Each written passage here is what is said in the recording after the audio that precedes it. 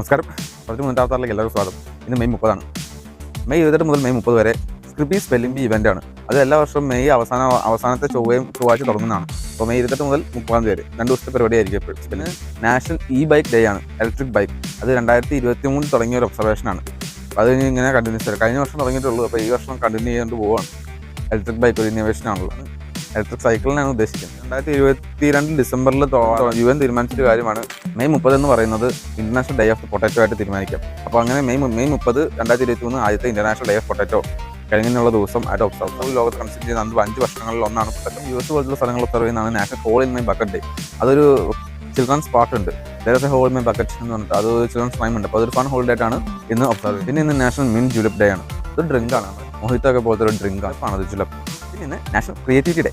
ക്രിയേറ്ററായിട്ട് എന്നെ ആരും അംഗീകരിച്ചിട്ടില്ല, അതുകൊണ്ട് എനിക്കൊന്നുമില്ല ക്രിയേറ്റിവിറ്റി.